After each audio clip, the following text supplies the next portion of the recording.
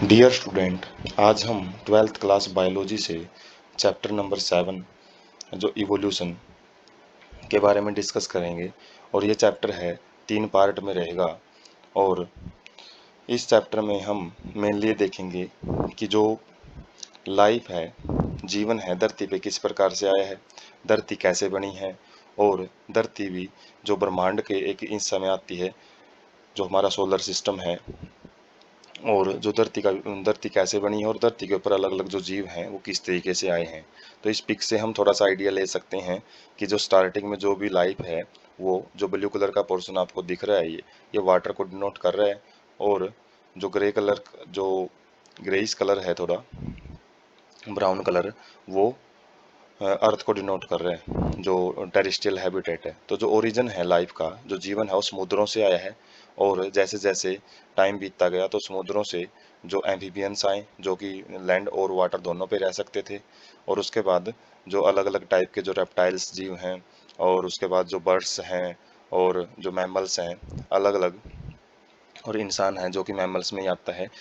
तो अलग अलग जीव हैं, जैसे साथ साथ में जो इवोल्यूशन वाटर के अंदर भी चलता गया, और साथ में जो जमीन है उसके ऊपर भी बहुत सारे अलग अलग प्रकार के प्लांट्स और एनिमल्स हैं, वो आते गए। तो फर्स्ट पार्ट में हम इंट्रोडक्शन देखेंगे इवोल्यूशन का, और कुछ थ्योरीज हैं जो बताती हैं कि जो लाइफ है वो किस तरीके से ओरिजिनेट हुई है। अलग अलग साइंटिस्ट की अलग अलग थ्योरी हैं, वो हम इस पार्ट में डिस्कस करेंगे। तो इंट्रोडक्शन से शुरू करते हैं। Evolutionary biology. तो इवोल्यूशनरी बायोलॉजी क्या है? ये बायोलॉजी की वो ब्रांच है जो कि हमको हिस्ट्री ऑफ लाइफ, जो जीवन है अर्थ के ऊपर, वो किस तरीके से बना, उसका इतिहास के बारे में बताती है। To understand changes in flora and fauna. और ये किस चीज़ में मदद करती है कि जो फ्लोरा और फोना है, जो प्लांट्स और एनिमल्स हैं, वो लाइफ के ऊपर काफ़ी टाइम साल पहले, जो ओवर मिलियंस ऑफ ईयर्स, जो लाखों साल पहले किस तरीके से उनके अंदर चेंजेस हैं, वो बदलाव हैं, वो आते गए हैं। और साथ में किस चीज़ की अंडरस्टैंडिंग देती है कि जीवन कैसे आया है धरती पे, और धरती का जैव विकास कैसे हुआ है, स्टार कैसे बने हैं, जो तारे हैं, और इंडीड ऑफ यूनिवर्स इटसेल्फ, और जो ब्रह्मांड है वो खुद कैसे बना है, उसके बारे में इवोल्यूशन और या इवोल्यूशनरी बायोलॉजी वो जानकारी देती है। उसके बाद इवोल्यूशन को हम थोड़ा टाइम के हिसाब से कैसे समझ सकते हैं, जो अलग अलग टाइम पीरियड है, उस टाइम पे क्या क्या चीज़ें बनी हैं। जैसे कि जो सन है उसको 5 बिलियन साल पहले का माना जाता है, और जो अर्थ है, धरती, वो 4.5 अरब साल पहले बनी है। और उसके बाद ही जो मून है, मून का इवोल्यूशन माना जाता है। और उसके बाद जैसे ही धरती बनी है, उसके ऊपर जो प्रोकैरियोटिक टाइप के जो ऑर्गेनिजम्स हैं, वो लगभग 4 अरब साल पहले के माने जाते हैं। जो लाइफ है 4 अरब साल पहले आई है, 4 बिलियन ईयर्स एको का मतलब है 4 अरब साल पहले। उसके बाद इन्हीं प्रोकैरियोटिक ऑर्गेनिजम्स ने, जिनके पास जो वेल डिफाइंड न्यूक्लियस नहीं था, जो शुरुआत के जीव माने जाते हैं, इसलिए इनको प्रो बोलते हैं। प्रो मतलब प्राइमरी टाइप के। तो इन्होंने फोटोसिंथेसिस करनी स्टार्ट की, जिसकी वजह से ऑक्सीजन आई एनवायरनमेंट में। और ऑक्सीजन जैसे ही आई तो यूकैरियोटिक ऑर्गेनिजम्स हैं, यूकैरियोटिक जो अलग अलग प्लांट्स और एनिमल्स हैं, वो बनने स्टार्ट हुए। और हम देख सकते हैं ये 2 अरब साल पहले की बात है। और उसके बाद बैक्टीरिया हैं, वो 1 अरब साल पहले के माने जाते हैं। फिर प्रोटोजोआ हैं, स्पंजिज हैं, कोरल्स हैं, जो समुद्रों में पाए जाते हैं। तो इनका इवोल्यूशन जैसे जैसे हम आगे बढ़ते जा रहे हैं, तो अलग अलग टाइम पे अलग अलग जो जीव हैं वो धरती पे देखने को मिलते गए हैं। और यहाँ से हम देख सकते हैं जो होमोसैपियंस इंसान हैं, वो लगभग 0.0002 बिलियंस ईयर्स एगो उनका इवोल्यूशन है, वो माना जाता है।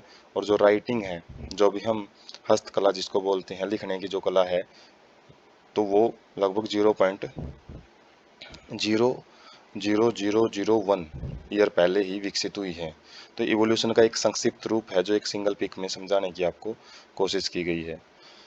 उसके बाद है ओरिजिन ऑफ यूनिवर्स। जो ब्रह्मांड है वो कैसे बना है? A unique event in the history of universe which is vast and very old, almost 20 billions years old. जो यूनिवर्स की जो हिस्ट्री है, जो इतिहास है, तो उसमें एक यूनिक इवेंट माना जाता है ओरिजिन ऑफ यूनिवर्स। तो इसका जो ओरिजिन मतलब जो ये बना है, तो वो बड़ी ही वास्ट, बहुत ही बड़ी और वेरी ओल्ड प्रोसेस है, बहुत पुरानी प्रोसेस है। वैसे माना जाता है 20 अरब साल पहले जो यूनिवर्स है वो बना है। Huge cluster of galaxies comprise universe, जो गैलेक्सीज हैं आकाशगंगा हैं जिसके अंदर काफ़ी सारे टाइप के जो प्लैनेट्स हैं, स्टार हैं, सैटेलाइट्स हैं, सारे आ जाते हैं, उनके अंदर मेटेरियोट्स हैं। तो उनका जो क्लस्टर, उनका जो झुंड है, उन्हीं की वजह से जो यूनिवर्स है वो बना हुआ है। गैलेक्सीज कंटेन स्टार्स, तो गैलेक्सीज के अंदर स्टार हैं, क्लाउड ऑफ गैसेज, अलग अलग गैसेज के जो बादल हैं वो होते हैं, और साथ में डस्ट, जो धूल मिट्टी वगैरह के पार्टिकल हैं वो भी होते हैं इनके अंदर।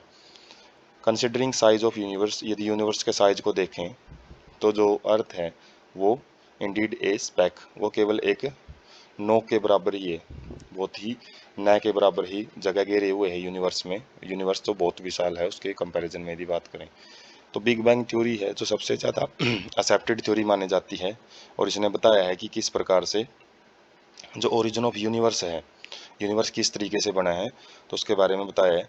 तो इसमें क्या बताया है कि एक ह्यूज एक्सप्लोजन, एक बहुत बड़ा विस्फोट हुआ है जो कि हम फिजिकल टर्म्स में जिसको नहीं माप सकते, बहुत ही बड़ा था वो। और यूनिवर्स एक्सपेंड, जिसकी वजह से जो यूनिवर्स है एक्सप्लोजन की वजह से वो एक्सपेंड हो गया, फैल गया, और फैलने की वजह से जो उसका टेम्परेचर है वो ठंडा हो गया। पहले टेम्परेचर बहुत ज़्यादा था और जैसे ये फैला है उसका टेम्परेचर भी बहुत ठंडा हो गया, और hydrogen and helium formed some time later, उसके बाद जो हाइड्रोजन और हीलियम गैस है वो बननी शुरू हुई, गैसेज हैं वो कंडेंस हुई, और कंडेंस किसके under, gravitational force, gravitational force एक फोर्स ऑफ अट्रैक्शन होता है जिसकी वजह से गैसें एक दूसरे के पास आई, और उनसे जो गैलेक्सीज है आज के टाइम पे जो हम यूनिवर्स देख रहे हैं, यूनिवर्स के अंदर अलग अलग टाइप की जो गैलेक्सीज हैं वो बननी स्टार्ट हुई। और जो सोलर सिस्टम के अंदर जो हमारी मिल्की वे गैलेक्सीज है, जो दुग्ध मेखला आकाशगंगा है हमारी, उसमें जो अर्थ का जो इवोल्यूशन है, अर्थ का जो ओरिजिन है वो 4.5 बिलियन ईयर्स एगो, मतलब 4.5 अरब साल पहले का माना जाता है। तो बिग बैंग थ्योरी को हम एक जीप से समझ सकते हैं जिसके अंदर एक ह्यूज एक्सप्लोजन होता है। तो ये एक्सप्लोजन है, और जिसके अंदर काफ़ी सारे जो अलग अलग स्टार वगैरह है, जो रात को यदि हम नाइट का जो एक पिक देखते हैं तो उसमें काफ़ी सारे जो स्टार्स हैं वो दिखाई देते हैं। तो उस टाइप का जो अलग अलग स्टार हैं जो यूनिवर्स के अंदर वो बने इस एक सिंगल एक्सप्लोजन की वजह से। उसके बाद अर्ली एनवायरमेंटल कंडीशन, जब अर्थ बनी तो अर्थ बनते ही उस टाइम की जो एनवायरमेंटल कंडीशन है वो कैसी थी। तो उस टाइम अर्थ पे कोई भी एटमॉस्फेयर प्रेजेंट नहीं था, जो आज हम गैसेज देखते हैं अपने एटमॉस्फेयर में, वायुमंडल देखते हैं, वो उस टाइम नहीं था। Water vapours, methane, carbon dioxide, ammonia released from the molten mass covered surface, जो अर्थ के ऊपर जो मोल्टन मतलब पिघली हुई अवस्था में काफ़ी सारा जो सॉलिड मटेरियल प्रेजेंट था, उन्हीं से जो मीथेन गैस है, कार्बन डाइऑक्साइड गैस है, अमोनिया है, और जो वाटर वेपर्स है वो निकलने लगे। यूवी रेज उस टाइम डायरेक्ट अर्थ की सरफेस पे आती थी क्योंकि उस टाइम ओजोन लेयर नहीं थी, और जिसकी वजह से जो वाटर है वो हाइड्रोजन और ऑक्सीजन में टूटना शुरू हुआ, और जो हाइड्रोजन अड़की होने की वजह से वो अर्थ से दूर चली गई क्योंकि ग्रेविटी उसके ऊपर कम काम करती थी। ऑक्सीजन कंबाइन कर गई अमोनिया के साथ और मीथेन के साथ, और क्या क्या चीज़ बनाई इन्होंने, वाटर, CO2 और अदर गैसेज हैं उनको बनाया। ओजोन लेयर वाज फॉर्म्ड, और उसके बाद time to time ozone layer है वो बननी स्टार्ट हुई, और as it cooled the water vapours, जैसे ही वाटर के वेपर्स हैं वो ठंडे हुए तो वो बादल बने, स्टार्ट में क्लाउडिंग हुई, और क्लाउडिंग में से जब रेनिंग हुई, बारिश हुई, तो जो पानी इकट्ठा हुआ तो वो किन के अंदर जाता गया, जो डिप्रेशंस, जो गड्ढे बने हुए थे अर्थ के ऊपर, उनके अंदर जाके वो जमा होता गया, जिसकी वजह से जो ओशियंस है, जो महासागर हैं वो बने। उसके बाद जो अर्ली एनवायरमेंटल कंडीशन है और आज का जो एटमॉस्फेयर है वो हम देख सकते हैं कि नाइट्रोजन दोनों एनवायरनमेंट में प्रेजेंट, जो ज़्यादातर जो नाइट्रोजन है, और उस टाइम जो CO2 है वो ज़्यादा प्रेजेंट थी। आज के कंपैरिजन में यदि देखें, आज 0.003% ही केवल कार्बन डाइऑक्साइड है, जबकि पहले एक अच्छी खासी कार्बन डाइऑक्साइड प्रेजेंट थी। ऑक्सीजन उस टाइम ट्रेसिज में थी, ट्रेसिज ऑफ ऑक्सीजन थे प्रीमोर्डियल टाइप में देखें तो, लेकिन आज के टाइम पे जो ऑक्सीजन है वो 21% है। नाइट्रोजन लगभग सेम ही थी, और जो H2O के वाटर वेपर्स पहले ही मौजूद थे, आज भी मौजूद हैं। मीथेन उस टाइम भी प्रेजेंट थी, आज भी, लेकिन जो इनकी रिलेटिव कंपोजिशन थी वो बहुत ज़्यादा, जैसे ऑक्सीजन और कार्बन डाइऑक्साइड का यदि हम मेन बात करें तो उस टाइम ऑक्सीजन बिल्कुल उतनी थी जितनी आज कार्बन डाइऑक्साइड है, उससे भी बल्कि कम थी, बिल्कुल ट्रेसिज अमाउंट में प्रेजेंट थी। उसके बाद ओरिजिन ऑफ लाइफ, जो जीवन है वो कैसे बना है अर्थ के ऊपर। तो life appeared 500 millions years after the formation of earth. जैसे ही अर्थ बनी उसके 500 मिलियंस साल बाद जो धरती पे जो लाइफ है वो आई है, और ये हम बोल सकते हैं कि 4 अरब साल पहले ही लाइफ है वो आई है धरती पे। Some scientist believe that it came from outside. कुछ वैज्ञानिकों का मानना है कि ये बाहर से आई है, अपने जो प्लेनेट खुद प्लेनेट के ऊपर नहीं आई है, किसी बाहर से कुछ स्पोर टाइप की स्ट्रक्चर आई है। जैसे कि कुछ ग्रीक थिंकर्स का मानना है कि unit of life called spores, मतलब जीवन की इकाई जो बीज के रूप में किसी दूसरे ग्रहों से, जो अलग अलग प्लैनेट्स हैं उनसे ट्रांसफर की गई है, और धरती के साथ साथ कुछ दूसरे प्लैनेट्स के ऊपर भी जो लाइफ की जो यूनिट्स हैं उनको ट्रांसफर किया गया स्पोर्स के रूप में। और जो पेंसपर्मिया है यही बताती है कि जो भी अर्थ के ऊपर लाइफ है वो पहले स्पोर्स के रूप में आई है, और उन्होंने जैसे जैसे आगे बढ़ना शुरू किया तो उनके अंदर एडवांसमेंट आती गई, और आज हम जो भी आज अलग अलग जीव हैं वो देख पा रहे हैं वो केवल उन्हीं स्पोर्स की वजह से ही है। और जो ये पेंसपर्मिया थ्योरी है एक प्रकार की, ये आज भी बहुत सारे खगोल शास्त्री हैं उनका एक फेवरेट आइडिया है, आज भी उसको बहुत सही मानते हैं वो, कि भाई इसी प्रकार से जो इवोल्यूशन है वो हुआ होगा, लाइफ का जो ओरिजिन है उसी तरीके से माना जाता है। उसके बाद एक थ्योरी है थ्योरी ऑफ स्पेशल क्रिएशन, जिसके अनुसार क्या माना जाता है कि इसके 3 कोनोटेशंस हैं जो क्या बताते हैं कि ऑल लिविंग ऑर्गेनिजम्स स्पीसीज और types that we see today were created as such. तो इसका मानना है कि जो भी आज हम जीव जंतुओं को देखते हैं ये ऐसे कैसे बने हैं, इनमें कोई चेंज नहीं आया, ये पहले भी ऐसे ही थे और आज भी ये ऐसे ही हैं, कोई इवोल्यूशन नहीं आया। Diversity was always same since creation and will be same in future also. तो जो आज हम जैव विविधता देख रहे हैं, अलग अलग प्रकार के जीव जंतु, ये जब बने थे उस टाइम से ही ऐसे कैसे हैं, और आने वाले जो टाइम है फ्यूचर में भी इनके अंदर कोई चेंज है वो देखने को नहीं मिलेगा, वो सेम रहेंगे। इस थ्योरी का मानना है ये। और इसके अनुसार जो अर्थ है वो केवल 4000 साल पुरानी ही है, जो कि थ्योरी ऑफ स्पेशल क्रिएशन बोलती है कि जो जीव हैं ये मतलब जो गॉड हैं, भगवान हैं, उन्हीं ने बनाए हैं, और उन्हीं ने जितना भी अलग अलग टाइप की जो क्रिएचर हैं वो डेवलप किए हैं, जो अलग अलग धर्मों में अलग अलग जो उनके जिनको वो मानते हैं गॉड होते हैं, तो उनको उनके हिसाब से ये थ्योरी काम करती है। स्पेशल क्रिएशन जो सुपर नेचुरल पावर है वो काम करती है इनके पीछे। Strongly challenged during the 19th century. 19वीं सदी के अंदर इस थ्योरी को काफ़ी चैलेंज किया गया, काफ़ी आर्ग्यू हुए इसके ऊपर।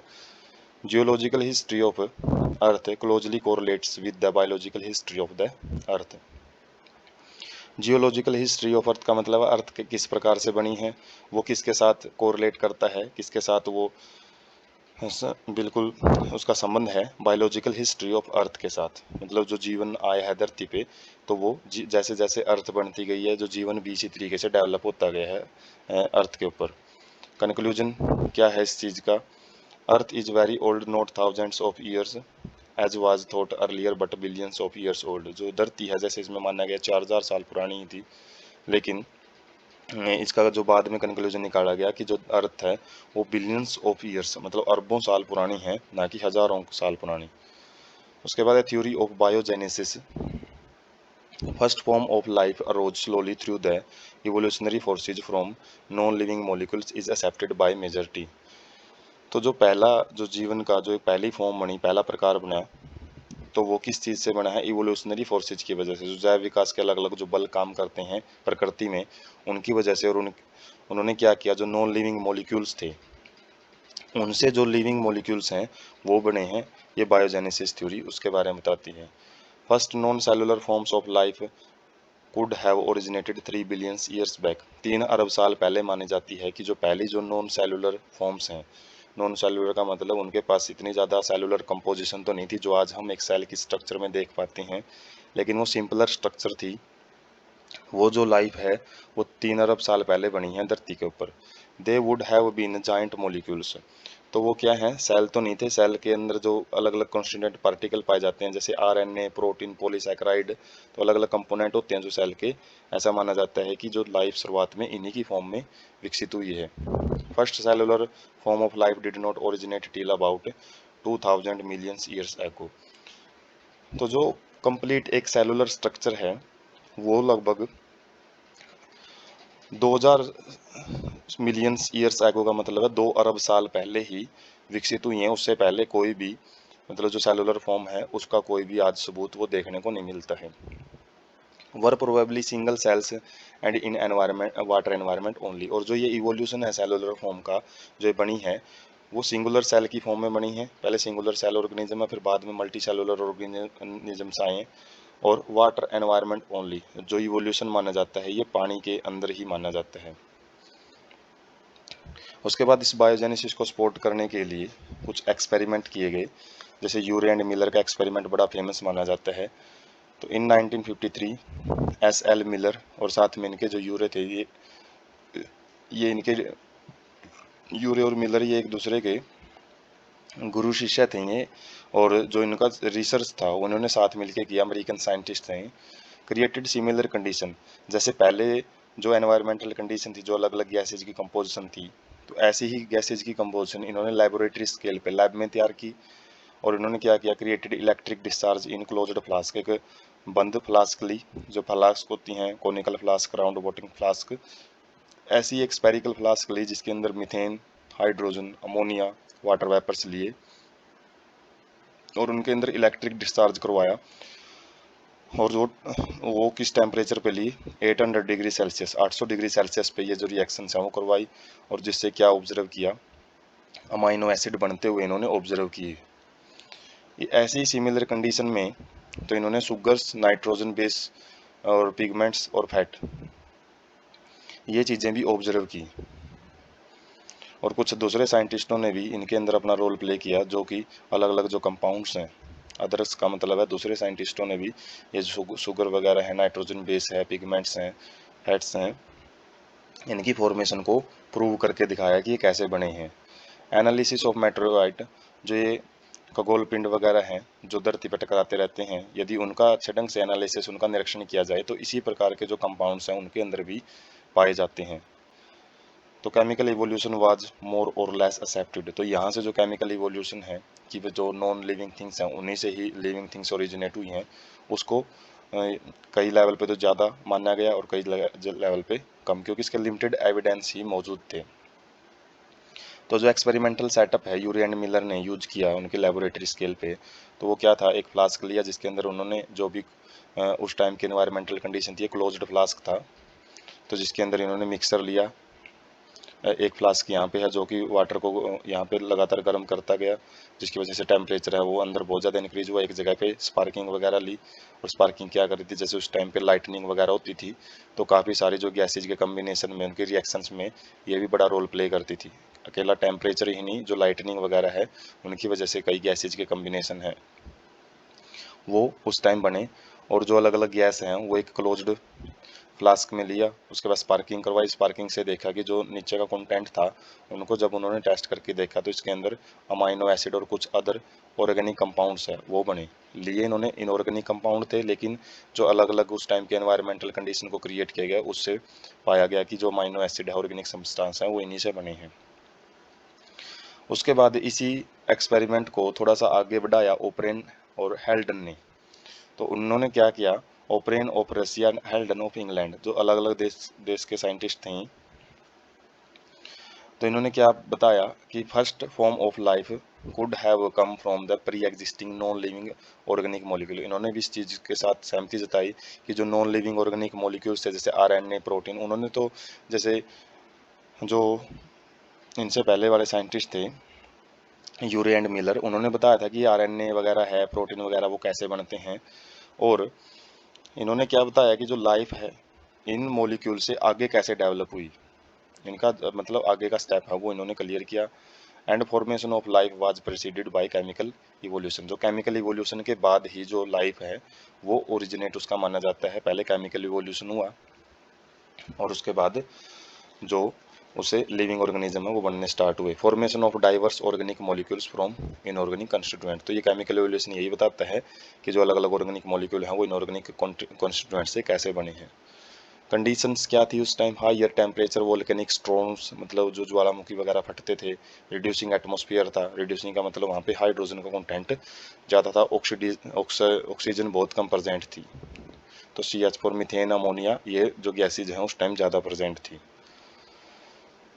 तो जो ओपरेन और हाल्डन की थ्योरी ने क्या बताया, एक हाल्डन इन्होंने सूप लिया, सूप मतलब एक लिक्विड पोर्शन जिसके अंदर अलग अलग कंस्टिट्यूएंट मटेरियल प्रेजेंट थे, जिसमें सिंपल मॉलिक्यूल से RNA DNA वगैरह, और जो उसके बाद कॉम्प्लेक्स मॉलिक्यूल बनाए जो बिल्डिंग ब्लॉक्स का काम कर रहे हैं किसके अंदर।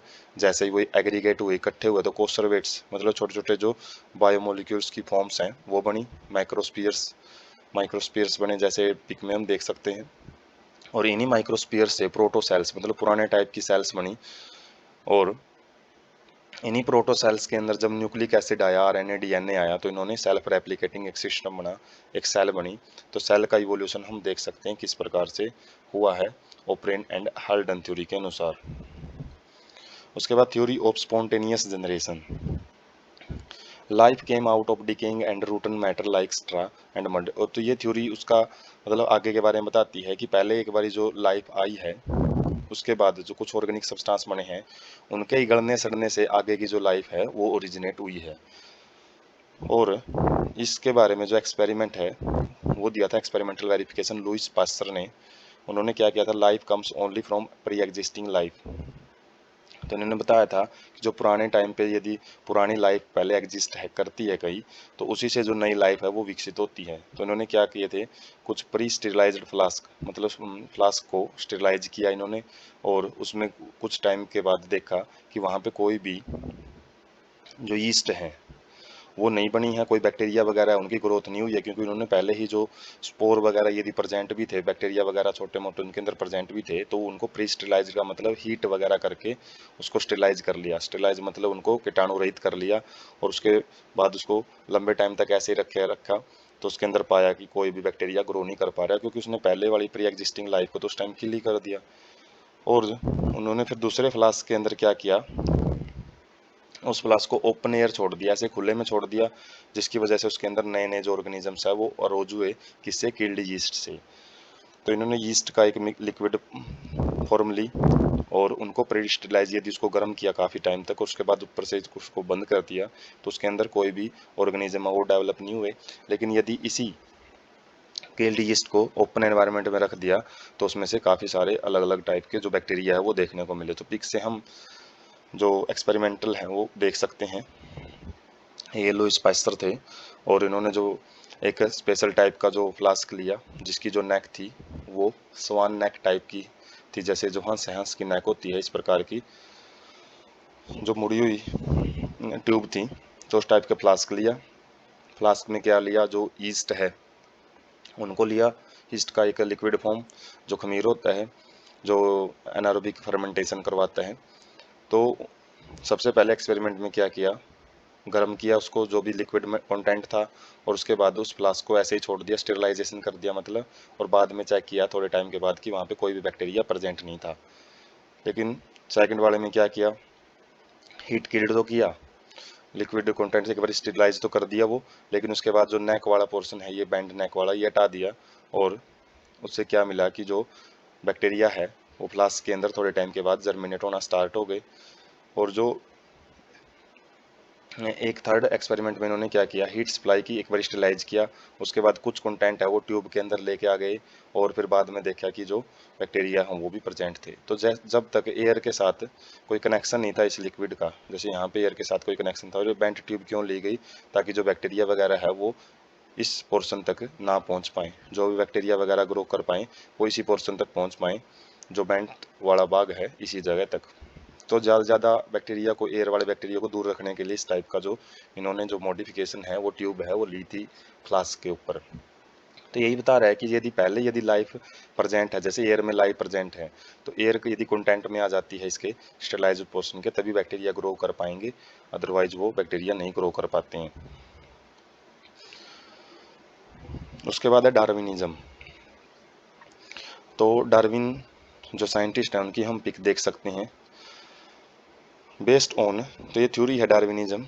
तो डार्विन ने कुछ ऑब्जर्वेशन की थी, कब की थी, जब ये एक सी वॉयज, एक समुद्री यात्रा पे गए थे एक शिप के अंदर। और शिप का नाम था HMS beagle ship. Galapagos island पे गए थे ये एक, और ये लगभग 5 साल तक इनकी समुद्री यात्रा है वो चली थी। और वहाँ से जो भी ऑब्जर्वेशन ली, तो डार्विन ने क्या कंक्लूजन निकाला जो अपनी ऑब्जर्वेशन से जो उन्होंने वहाँ पे देखी अलग अलग चीज़ें, extinction of different life forms cause arisen of new forms of that of life at the different periods. तो अलग अलग टाइम पे धरती के ऊपर अलग अलग जो स्पीसीज हैं, अलग अलग जो जीवन है वो खत्म होता रहता है, और जो नई लाइफ फॉर्म्स हैं वो उनकी जगह पे आती रहती हैं। और ऐसा धरती पे काफ़ी बार हुआ है। Any population has built in variation in characteristics. तो जो पॉपुलेशन है हैज बिल्ट इन वेरिएशंस, वो काफ़ी सारे अपने अंदर बदलाव विकसित करती हैं अलग अलग गुणों में। और जो ये बदलाव हैं वो उनको अनेबल, उनको मदद करते हैं किसके लिए, to survive better in natural condition. जो उनके वातावरण के अंदर अलग अलग परिस्थितियां हैं उनमें उनको जिंदा रहने के लिए ज़्यादा से ज़्यादा मदद करते हैं। फिटनेस ऑफ इंडिविजुअल और पॉपुलेशन, तो इन्होंने फिटनेस का पॉइंट दिया था। फिटनेस क्या चीज़ होती है, ultimately and only to reproductive fitness. तो फिटनेस का वहाँ पे मतलब केवल रिप्रोडक्टिव फिटनेस था। और इसका मतलब क्या है, who are better fit in environment, जो जीव ज़्यादा से ज़्यादा एनवायरमेंटल कंडीशन के हिसाब से अपने आप को डाल लेते हैं, तो वही जीव ज़्यादा से ज़्यादा अपनी जो प्रोजेनी है, अपने जो वंशज हैं उनको छोड़ पाते हैं नेचर में, और उसकी वजह से वो ज़्यादा सर्वाइव कर पाएंगे, और वो नेचर के द्वारा सिलेक्ट कर लिए जाते हैं। नेचर चाहती है कि जो जीव डेवलप कर पाएगा उसी को वो सर्वाइव करने का मौका देगी, बाकी को वो एलिमिनेट, वो नेचर से हटा देती रहती हैं टाइम टू टाइम। तो observation of natural for the natural selection theory, तो नेचुरल सिलेक्शन थ्योरी बोलते हैं इसको, जो डार्विन ने दी, डार्विनिज्म थ्योरी बोलते हैं, डार्विन थ्योरी ऑफ डार्विन बोलते हैं। तो इसके लिए डार्विन ने कुछ ऑब्जर्वेशन, कुछ स्टडी है वो पहले से की थी, जिसके अंदर उन्होंने work of Thomas Malthus on population, तो एक साइंटिस्ट को ये पढ़ के गए थे जिन्होंने पॉपुलेशन के ऊपर वर्कआउट किया था, ह्यूमन पॉपुलेशन के ऊपर।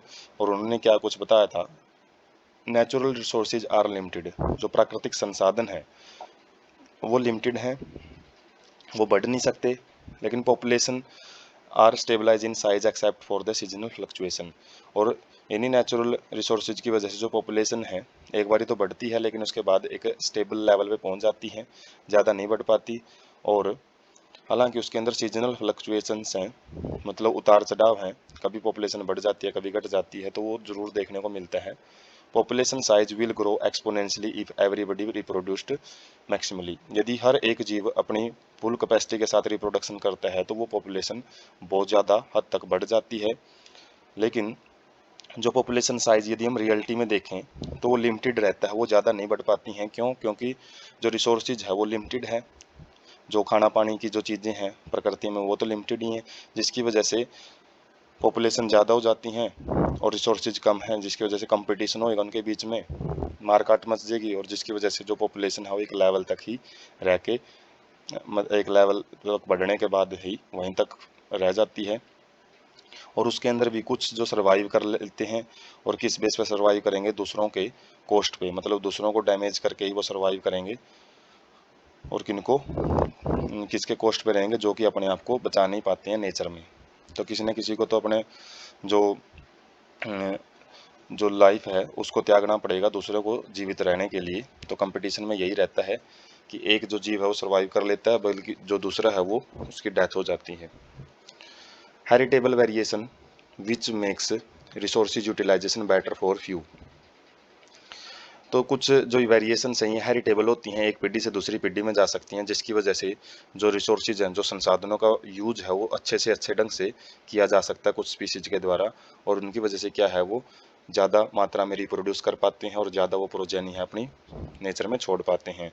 ओवर मैनी जनरेशन, कई जनरेशन के बाद जो सर्वाइवर्स हैं, जो जीवित रहने वाले जीव हैं, मतलब जो कंपटीशन से बच जाते हैं, वो ज़्यादा प्रोजेनी छोड़ देंगे, और वही प्रोजेनी ज़्यादा वेरिएशन के साथ एक नई स्पीसीज है वो बनाती हुई मिलेगी। एक एल्फ्रेड वेलेस साइंटिस्ट हैं, एक नेचुरलिस्ट हैं, ये भौतिक शास्त्री बोल सकते हैं इनको, who worked in Malay archipelago पेलागो had also some came to similar conclusion around the same time, उसी टाइम पे डार्विन के टाइम पे ही ऐसे ही उन्होंने चीज़ें ऑब्जर्व की और इसी कंक्लूजन में पहुंचे जो नेचुरल सिलेक्शन है। तो इस थ्योरी को जो एल्फ्रेड वेलिस हैं उन्होंने भी अपनी सेटिस्फैक्शन है, संतुष्टि है, वो दी। तो ये डार्विनियन थ्योरी, जो थ्योरी ऑफ नेचुरल सिलेक्शन है, ये क्या कहती है कि इवोल्यूशन बाय नेचुरल सिलेक्शन, जो जैव विकास होता है वो नेचर के द्वारा सिलेक्शन की प्रोसेस के द्वारा होता है। तो इसके अंदर टू की कॉन्सेप्ट आ जाते हैं, branching descendant and natural selection. Branching descendant का मतलब है जो एंसेस्ट्रल स्पीशीज है, जो वंशज, जो पूर्वज हैं, पूर्वजों के जो वंशज आगे बढ़ते हैं वो अलग अलग लाइन में चले जाते हैं। जैसे एक टहनी होती है, ब्रांच निकली होती है एक स्टेम से, तो अलग अलग डायरेक्शन में फैली होती हैं, उनके ऊपर अलग अलग टाइप के जो भी फ्रूट्स हैं, जो भी लीव्स हैं और जो फूल वगैरह अलग अलग लगते हैं। इसी प्रकार से एक कॉमन जगह से ही जो जीव जंतु, जो अलग अलग प्रकार के जीव जंतु वो निकले हैं, और उनके अंदर जैसे जैसे इवोल्यूशन होता गया वो अलग अलग प्रकार के वो डलते गए। और नेचुरल सिलेक्शन का भी इसके अंदर काफ़ी रोल है। नेचर जिन जीवों को सिलेक्ट करती है तो वो क्या होना चाहिए, फिट होने चाहिए, रिप्रोडक्टिवली फिट होने चाहिए वो। Some organisms are better adapted, इनमें से कुछ जीव ऐसे हैं जो बिल्कुल सही ढंग से अनुकूलित हैं अपने एनवायरनमेंट के प्रति। In an otherwise hostile environment I nature selects the for fitness, तो अपने जो आसपास के एनवायरनमेंट के प्रति जो ज़्यादा फिट हैं तो उन्हीं को नेचर है वो सिलेक्ट करती है। अडेप्टिव एबिलिटी इज इनहेरिटेड, और जो ये चेंज हुई, जो भी चेंज हैं ये इनहेरिट होते हैं एक पीढ़ी से दूसरी पीढ़ी में, और इनका जेनेटिक बेस भी माना जाता है कि जीन के अंदर भी नहीं इन्फॉर्मेशन है वो स्टोर रहती है, जो भी एक इंडिविजुअल अपने अंदर चेंजेस करता है, वेरिएशन वो लेके आता है। Fitness is end result of the stability to adapt and get selected by the nature, और जो फिटनेस है ये यही एंड रिजल्ट होता है, जो भी अलग अलग इंडिविजुअल अपने अपने अटैम्प्ट करता है जिंदा रहने के लिए अर्थ के ऊपर, तो उसका जो मेन एंड में रिजल्ट उसको फिटनेस से मिलता है। और फिटनेस यदि ज़्यादा से ज़्यादा शो करेगा तो नेचर के द्वारा सेलेक्ट रहेगा, मतलब वो जिंदा रहेगा धरती पे। जैसे एग्जाम्पल से हम समझते हैं, जो माइक्रोब्स का एग्जाम्पल लेते हैं हम, यदि हम उसको लैब के अंदर उगाते हैं कल्चर प्लेट के ऊपर, अलग अलग मीडियम होते हैं जिन पे हम बैक्टीरिया को, अलग अलग माइक्रोब्स को उगा के देखते हैं, तो वो डिवाइड फास्ट, वो बड़े जल्दी जल्दी डिवाइड करते हैं और अपनी जो संख्या है उसको मल्टीप्लाई करते हैं, ज़्यादा संख्या में बढ़ते हैं, और थोड़े टाइम में 1 घंटे के अंदर अंदर, कुछ ही घंटों के अंदर वो अपनी लाखों की संख्या बना लेते हैं। और एक colony of bacteria growing on A given medium has built, तो अलग अलग जो कॉलोनी है बैक्टीरिया की वो अलग अलग वेरिएशन है उनके अंदर आ जाती है, उनको जिस प्रकार का अपना खाना मिलता है एनवायरनमेंट में, जो भी हम उनको खाना देंगे तो उस हिसाब से वो अपने आप को चेंज करना स्टार्ट कर देंगे, जिसकी वजह से causing survival part of the population that can survive under new condition, जिसके अंदर कुछ ही जो पोर्शन है पॉपुलेशन का वो अच्छे ढंग से सर्वाइव कर पाएगा जब हम उनको नई कंडीशन देंगे। तो in due course of time, इसी टाइम के अंदर variant population out growth others, जिसकी वजह से कुछ जो बदली हुई जो पॉपुलेशन है जिसके अंदर बदलाव आ जाते हैं, जो हम खाना यदि चेंज कर करके उनका एनवायरमेंटल कंडीशन यदि उनकी चेंज कर रहे हैं, तो जो कुछ वेरिएंट पॉपुलेशन है वो दूसरों को वहाँ पे वैनिश कर देती हैं और बदली हुई मिलेंगी, अपीयर्स ए न्यू स्पीसीज। तो जो पुराने वाली जो हमने बैक्टीरिया कॉलोनी ग्रो की थी, जो बदलते गई आगे आगे नए नए चेंजेस उसके अंदर आते गए कई पीढ़ियों के बाद, तो वो एक नई स्पीसीज को बना के वहाँ पे देखने को मिलती है, एक स्पेसिएशन वहाँ पे प्रोसेस है वो मिलेगी। स्पेसिएशन मतलब formation of new species occurs with in days, और कुछ दिनों में ही होता है ये जो इवोल्यूशन है, जो माइक्रोब्स के केस में यदि देखें। जबकि जो फिश हैं, फाउल हैं, जो पक्षी हैं, जो मछलियाँ हैं और जो हायर ऑर्गेनिजम्स हैं, उनके अंदर यही जो प्रोसेस है वो मिलियंस ऑफ ईयर्स, लाखों सालों का टाइम ले लेती है, क्योंकि ऐसे जीवों का जो उनका लाइफ स्पैन होता है वो ज़्यादा होता है, ज़्यादा टाइम आता है। जैसे जो ह्यूमन है उसका लगभग 80 to 100 जो ईयर्स है वो लाइफ स्पैन रहता है, तो उसको इवोल्व होने में, उसके अंदर चेंजेस विकसित होने में काफ़ी साल लग जाते हैं। उसके बाद है लैमार्क थ्योरी, जिसको लैमार्किज्म भी बोला जाता है। तो लैमार्क के अनुसार evolution of life forms had occurred by the use and disuse of organ, जो जैव विकास हुआ है धरती पे, अलग अलग जो जीवन विकसित हुआ है वो किस चीज़ के बेस पे हुआ है, use and disuse of organ. यदि हम किसी भी ऑर्गन को ज़्यादा इस्तेमाल करते हैं तो वो अच्छे ढंग से इम्प्रूव होता चला जाता है, और यदि किसी ऑर्गन का हम अच्छे ढंग से यूज नहीं करते हैं तो वो डिसयूज में चला जाता है, वो आराम आराम से अपनी जो प्रॉपर फंक्शनिंग है वो नहीं कर पाएगा। एग्जाम्पल है जैसे giraffe, who in an attempt to forage living leaves on the tall tree. जैसे जिराफ की जो गर्दन है, लंबी गर्दन, वो किस बेस पे हुई है, मतलब पहले के जो जिराफ है जिन्होंने प्रयास करना शुरू किया, जो पेड़ हैं, पेड़ की जो ऊंची टहनियाँ हैं उनको उनके पत्तों को खाना शुरू किया। फोरेज का मतलब है एक मतलब शिकार करके खाना या फिर एक फीडिंग हैबिट बोल सकते हैं। Had to adapt by elongation of their neck, तो उन्होंने क्या प्रयास किया, उनका जो अनुकूलन क्या रहा, उनको अपने बदल जो भी पत्तों खाने के लिए अपनी जो नेक हुआ उसको अडेप्ट किया, उसकी जो लंबाई है वो बढ़ी। Past on this acquired character, और जो ये करेक्टर उन्होंने प्राप्त किया नेचर से, तो उसको अपनी आगे की पीढ़ियों में एक के बाद एक सक्सीडिंग जो जनरेशन उसकी आती गई उसके अंदर इसको ट्रांसफर करते गए।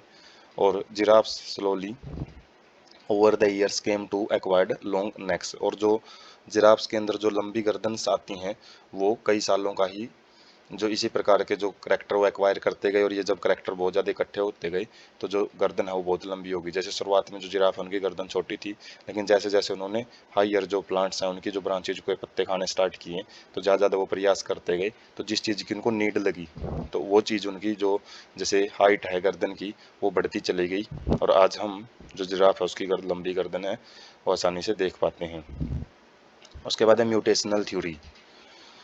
इन first decade of 20th century, 20वीं सदी के शुरुआती दशक में, जैसे जो 1910 के आसपास की बात कर रहे हैं, 1900 से लेकर 1910 के आसपास की, तो Hugo D Vries based on his work, उन्होंने कुछ काम किया किसके ऊपर, इवनिंग प्राइमरोज के ऊपर, एक ये प्लांट है, brought fourth idea of mutation, जिसकी वजह से उन्होंने म्यूटेशन का एक पॉइंट दिया। म्यूटेशन क्या होती है, सडन इनहेरिटेबल चेंज, कुछ ऐसे बदलाव होते हैं जो कि एक पीढ़ी से दूसरी पीढ़ी में आ जाते हैं और उनकी वजह से भी वेरिएशंस काफ़ी देखने को मिलती हैं।